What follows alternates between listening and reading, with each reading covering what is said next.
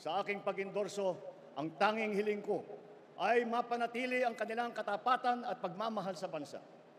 Ito ang pinakamahalagang katangian ng kandidato na aking tinitignan at pinag-iisipan. Kaya naman, mga kababayan, ang mga sumusunod na individual ay kilala natin sa kanilang kasanayan at sa kanilang serbisyo publiko. Ang una sa ating hanay ay matagal na naging alkalde ng progresibong lungsod ng Mandaluyong. Hinalal din siya bilang kongresista at ngayon siya ay ang maagap at mabisang kalihim ng DILG. Mga kababayan, ang ating Mr. Gawa, Hindi Salita, Secretary Benher Abalos.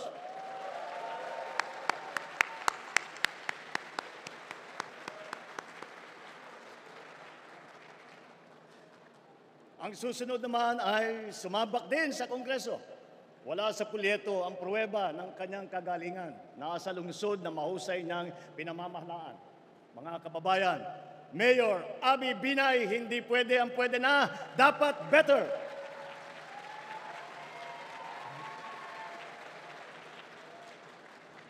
Ang susunod naman po ay kinikilala po natin na kumpanyera. Siya rin po ay walang pagod na kampanyera para sa kalusugan ng mamamayan, edukasyon at kabataan. Karapatan ng mga kababaihan. She is a lawyer, an economist, athlete, and a mother. Senator Pia embodies what it means to be a Pinay in action. Mga kababayan, Senator Pia Cayetano.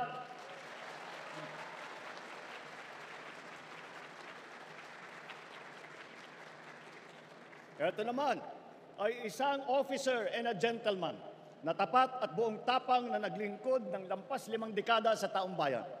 Ano man ang kanyang sasabihin at gagawin, ito ay laging nakaangkla sa motto ng kanyang alma mater: courage, integrity, loyalty. Isa po siya sa tunay na nagsasabuhay sa mensahe ng aking SONA: ang tama ay ipaglaban, ang mali ay labanan. What is right must be kept right. What is wrong must be set right. Mga kababayan, Senator Ping Lacson.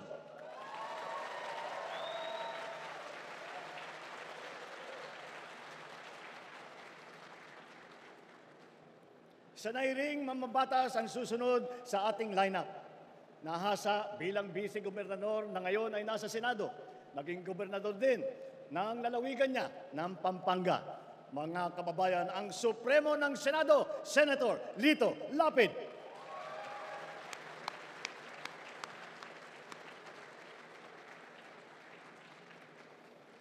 Ang susunod na tagapagtaguyod ng ating bandera ay siya nang yatang pinakamatagal kong kakilala sa hanay na ito.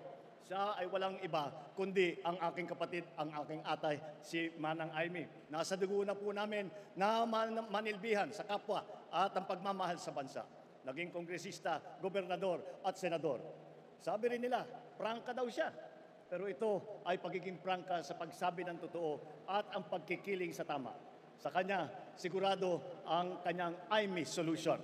Mga kababayan, kasama din po natin si Senator Aimee Marcos na naunahan na ang mga ibang senador at busy na nagkakampanya at hindi makarating ngayong araw na ito. Tanyag, hindi lang sa ating bansa, kung hindi sa buong mundo, ang susunod natin ay ang ating pambansang kamao na nagpamalas ng galing bilang mambabatas. Mga kababayan, ang ninong ng bayan, Senator Manny Pacquiao.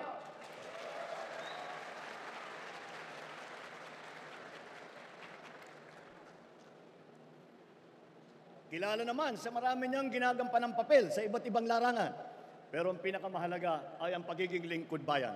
Vice-gobernador, gobernador, pinuno ng ahensya ng gobyerno, senador, talaga namang action star sa pelikula, action din sa tunay na buhay. Mga kababayan, Senator Bong Revilla.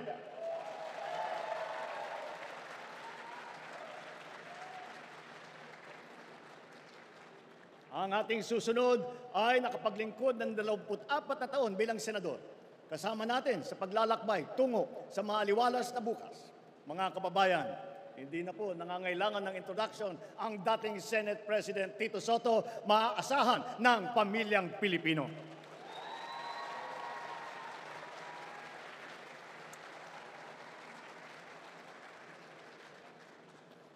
Ito naman ang big brother na iyong masasandalan.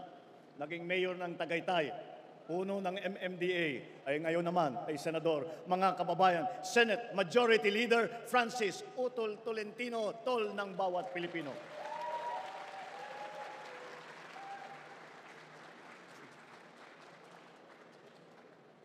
Ang susunod kong ipapakilala sa inyo ay isang public servant na noon ay madalas kong masabihan na ang ama ng saklolo. Kasi ang unang bukang bibig ng mamamayan ay itulfo mo.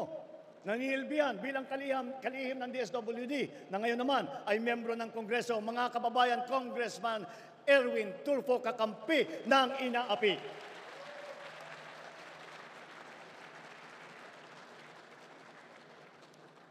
Ngayon, ang aking ika-12 na sa hanay ng pamalas ng husay sa pamumuna, hindi lamang sa pamahalaan, kundi pati sa mga kumpanyang nagbibigay serbisyo sa ating publiko. Mga kababayan, Deputy Speaker Camille Villar, ang bagong boses para sa bagong bukas.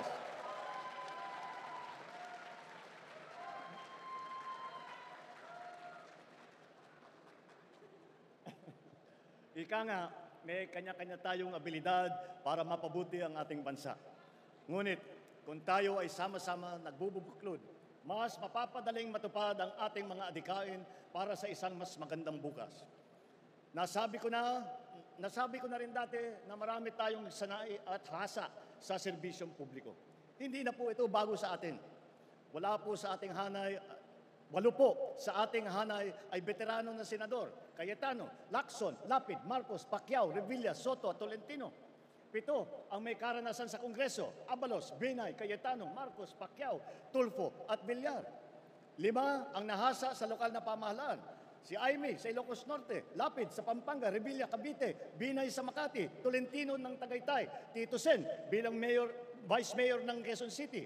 4 din sa kanila ay nagsilbi bilang miyembro ng kabinete: Abalos sa DILG, Tulfo sa DSWD, Lacson ng Yolanda Rehabilitation Commission, Tolentino sa MMDA. Pagdating naman sa geographical representation, 2 ang tiga Mindanao: Pacquiao ng Bukidnon, Sarangani at Jensan. At si Erwin naman ay lumaki sa Davao Oriental at sa Sulu. Bukod pa ron, ang unang Vicente Soto ay naging senador ay taga Cebu. Ang nanay naman namin ni Aimee ay 100% Waray. At ang 3 malalaking rehiyon ng Gitnang Luzon, Kamaynilaan at Timog Katagalugan ay may boses sa ating kupunan. Mga kababayan, sila po ang lineup ng alyansa.